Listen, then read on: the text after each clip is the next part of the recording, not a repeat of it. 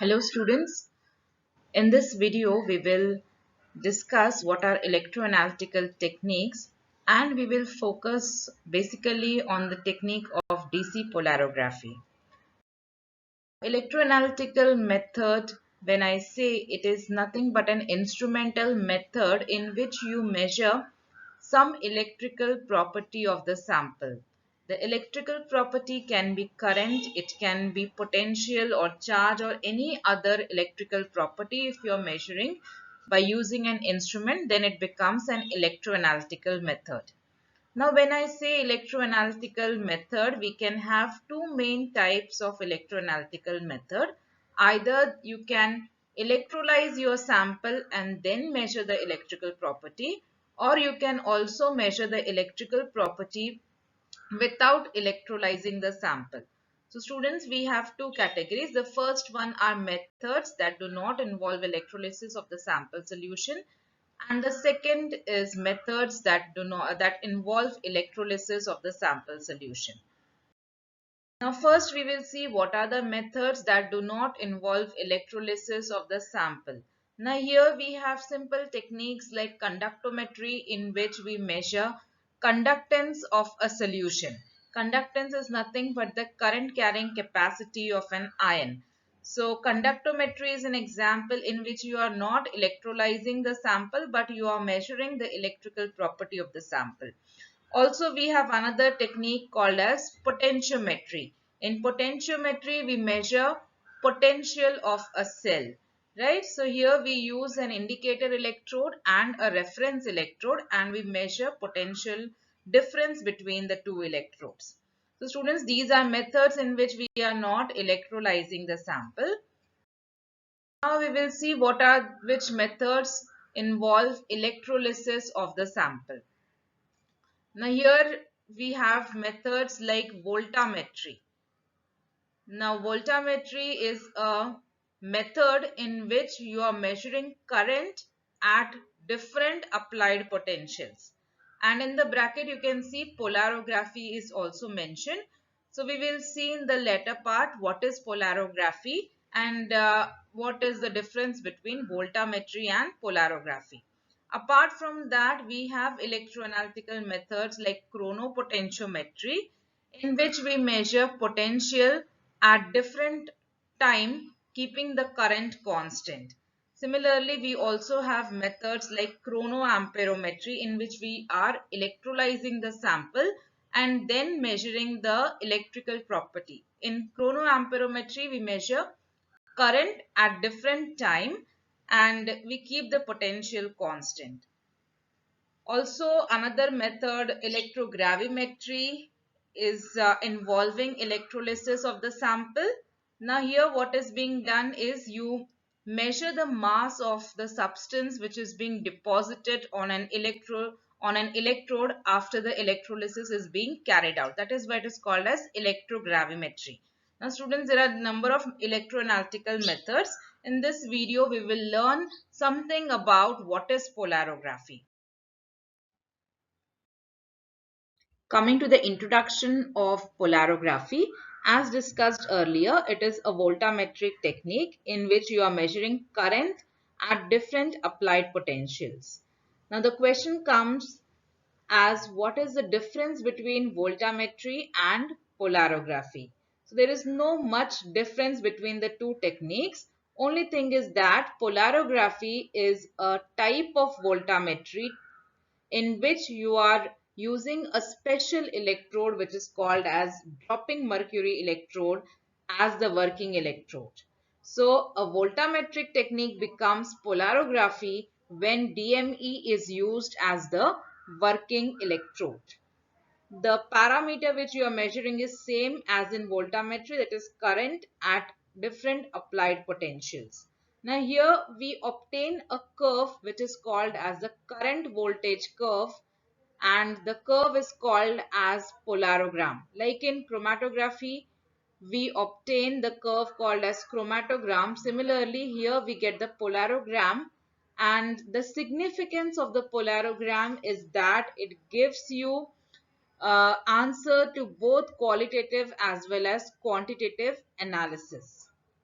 Now here students, we are electrolyzing the sample solution between two electrodes. One of the electrode is a small and a polarizable electrode which is called as the DME, and the other electrode is a large and a non-polarizable electrode. The other one can be a reference electrode like a saturated calomel electrode. So here, instead of using the terms indicator and reference electrode like we used to use in potentiometry, here the terms which we use is polarizable and non-polarizable electrode. Polarizable electrode is the electrode which can take up any potential which is applied to it. Whereas non-polarizable electrode is the electrode which has its own constant potential, like a saturated calomel electrode for which the potential is 0.242 volts. So that can be used as a non-polarizable electrode.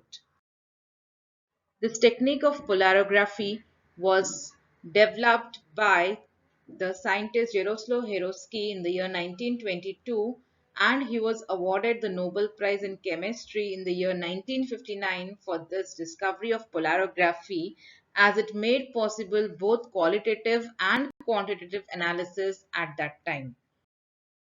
Students, we will see what is the basic principle behind the technique of polarography. Now here we assume we take a sample solution which is called as a test solution containing the metal ions which are represented as Mn plus, and these metal ions are taken in the polarographic cell. Now when we have solution, metal ion solution, the polarographic cell, the metal ions may be brought to the electrode surface by the following modes. So there are basically three modes of mass transfer. The first one is convection, which arises because of heat transfer. Then the second mode can be migration of ions, which is because of the difference in potential. Also, there can be a third way in which the ions can be brought to the electrode surface, that is called as diffusion, which is because of the difference in concentration, that is concentration gradient. Now, in the technique of polarography, what is being done is the modes of mass transfer by convection and migration is avoided, and the ions are allowed to be carried to the electrode surface only by the way or the mode of diffusion. So convection and migration is avoided. Now to avoid convection, what is being done is we use unstirred solutions at constant temperature. So we don't have to stir our sample solution during polarographic analysis, and we need to maintain a constant temperature.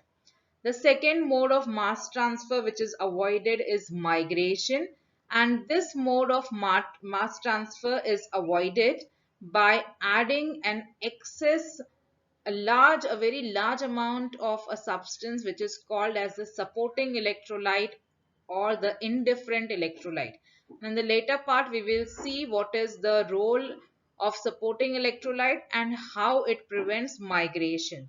So for now, we will remember that the ions in polarography, they are brought to the electrode surface only by the fusion, that is mass transfer because of concentration gradient.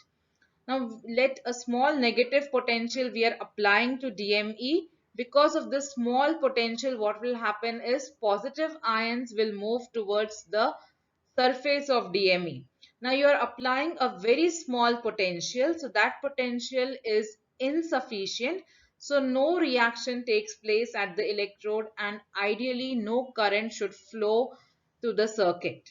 So ideally we should not get any current initially, but what is being observed is that a small quantity of current is being registered in the polarographic cell, and that current is called as the residual current.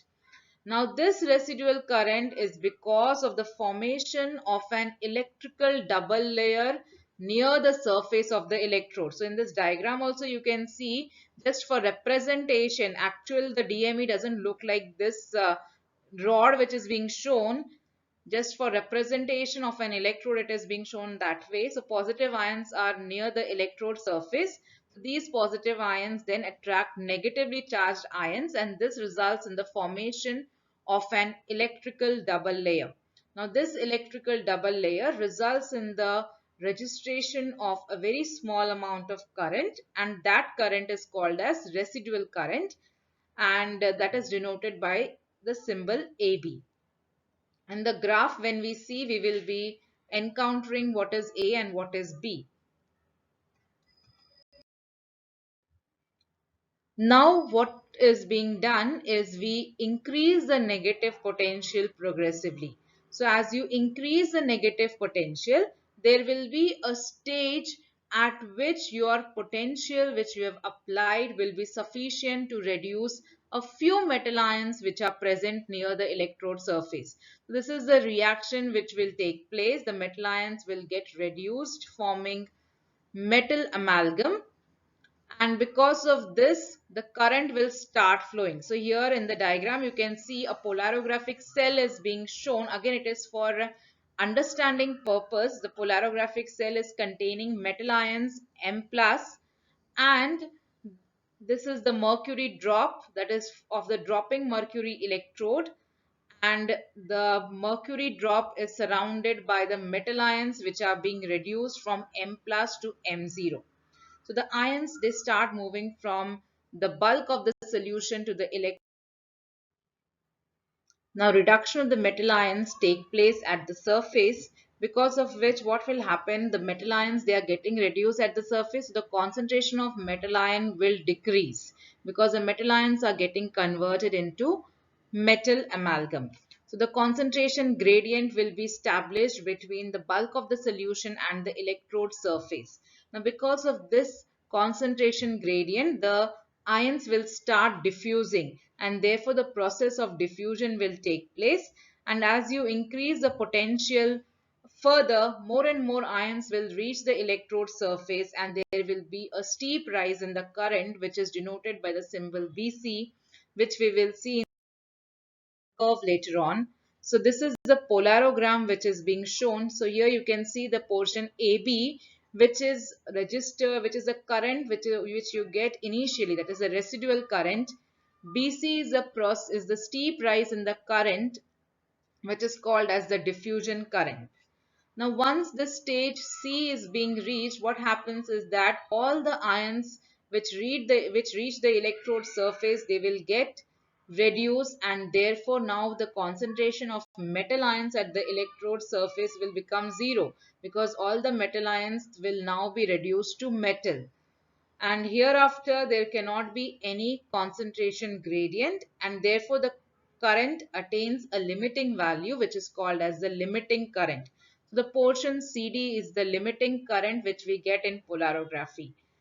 The initial portions BC and AB, they are called as diffusion current and residual current respectively.